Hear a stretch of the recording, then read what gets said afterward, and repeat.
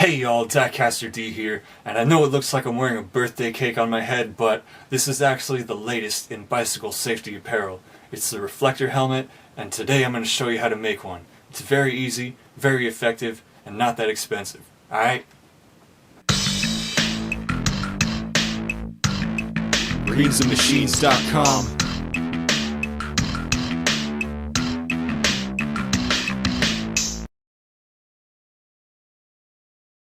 Alright, so here's what you'll need. You need some traffic cone reflective collars. You can buy those online. You need some clear tape. And you need a helmet.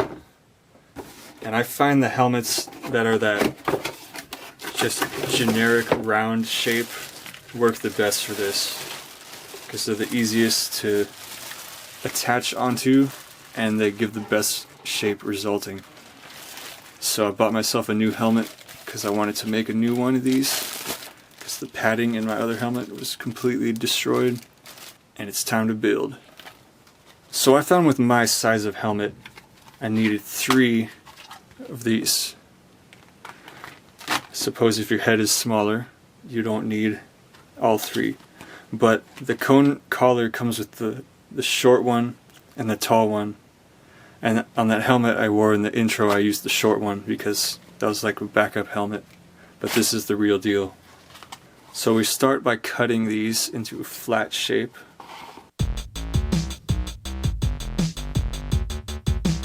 These ones have this like plastic seam. I'm just gonna cut that off because otherwise it'll just get in the way. It's not like the reflective part can fall out. I've tried. So we'll get 3 of those. Now the first time I made one of these was about 5 years ago, and the reflectors were a bit different. They weren't like this laminate plastic inside plastic thing. It was just like a one-piece plastic. And I actually kept finding those all over the place. Just that one summer, it was weird. I just kept finding cone reflectors on the sidewalk. And that's what inspired me to make the first one. Like the first time I wore that helmet on a ride to San Diego, I just kept getting so many compliments on it that I kind of disappointed myself when I got rid of it. As far as the construction goes, I found the simplest way was to test fit each piece and then make a flat pattern of how I wanted to attach it on.